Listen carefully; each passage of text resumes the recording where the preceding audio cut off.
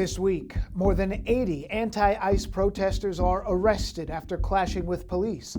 Plus, a man is accused of a shocking murder-for-hire plot against his former business associate. And it's not just the money you lost, it's the security, the feel for security. A family is tied up and robbed by two armed suspects.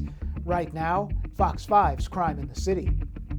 For our first story this week, we begin in Lower Manhattan. That's where dozens and dozens of anti-ICE protesters clashed with the NYPD, leading to over 80 arrests. Let's get right to Good Day's Briella Tomasetti. She has the latest from Federal Plaza, where the chaos erupted. All is calm right now, though, Briella, but not last night. Yeah, Tashani, good morning to you. Things are definitely a lot calmer this morning. But yeah, last night, 80 people were arrested in this area, specifically in and around Federal Plaza. They were taken into custody after breaching barriers that were set up by the NYPD to keep them on the sidewalks and to prevent them from spilling into traffic. The charges that they're facing still unclear. People united will never be defeated. People united will never be defeated.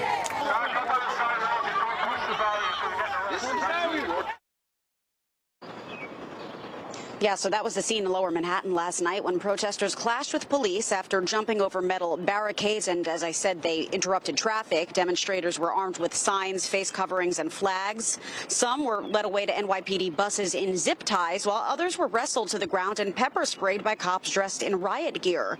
The melee followed a planned demonstration in Foley Square near a large government building that houses federal immigration offices and the city's main immigration court. Dozens of migrants showing up for hearings have been detained at the courthouse this month, prompting pushback and drawing activists to the area. The first day of local demonstrations happened on Saturday, and while last night's rally appeared to be larger than other recent protests, New York hasn't seen the same level of chaos as Los Angeles, at least not yet. And Mayor Adams says he doesn't foresee President Trump having to send in the National Guard to New York City. He says that any continued demonstrations can be solely handled by the NYPD. The mayor cited the NYPD size and officers' experience when mentioning that. Now we head to Whitestone, Queens, where two armed robbers forced their way into a home, tied up the family inside, and ransacked their valuables. A manhunt is underway for two people wanted for a brazen home invasion in Whitestone, Queens this morning. And police say that the suspects tied up the family inside and then went on to rob the home and take off in the victim's car. Fox's Sharon Crowley is live at the scene with the very latest on this investigation right now. Sharon. Well, first of all, the good news, the family is okay. Nobody was injured, but they endured a frightening ordeal this morning. Here's what we know from police. Take a look at some of the pictures we took earlier this morning. Police tell us that about 9 a.m.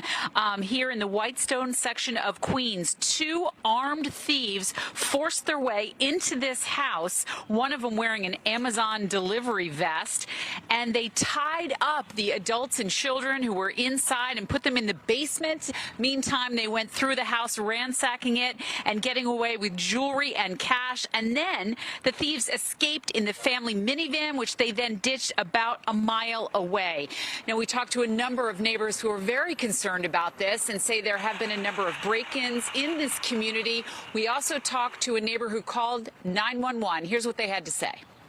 It's not just the money you lost, it's the security, the feel for security. It's very upsetting to hear this because there's kids here, there's old people here. What is going on right now? So, I mean, obviously, like, I was a little taken back. Now, I talked with a number of neighbors on this block, and most of them have Ring cameras on their doors. It's also where this happened, across the street from a school that has a lot of security cameras. So you got to imagine the investigators on this case have many images.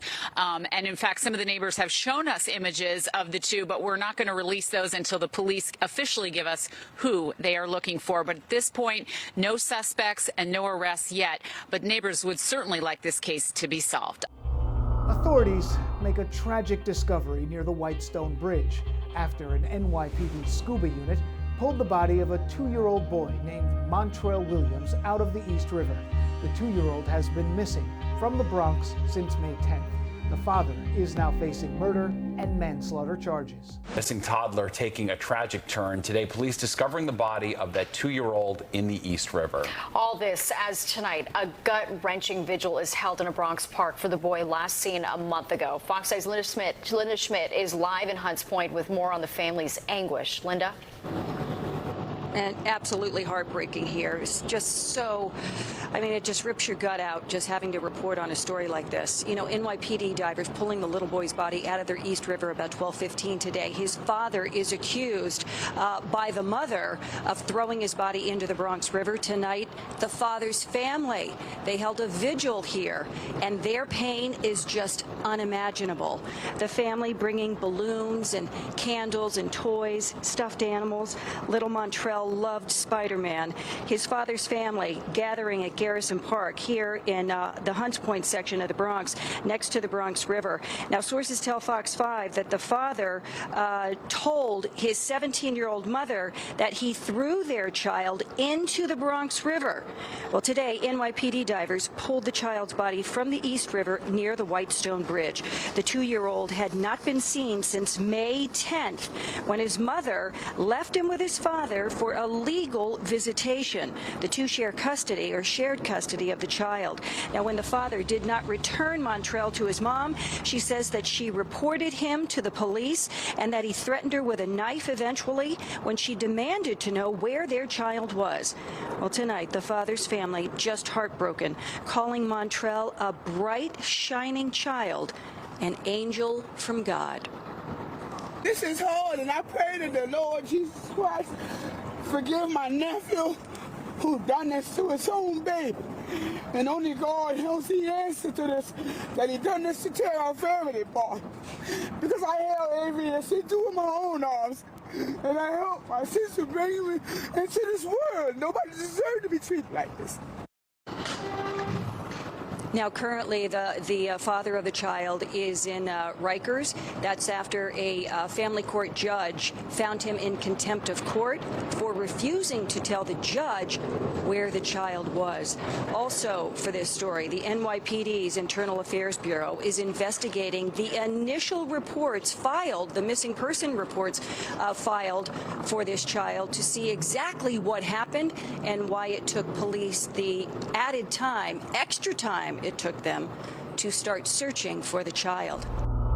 We now return to Lower Manhattan, where prosecutors in the Sean Diddy Combs sex trafficking and racketeering trial asked the judge to dismiss a juror due to a lack of candor in the process of the trial.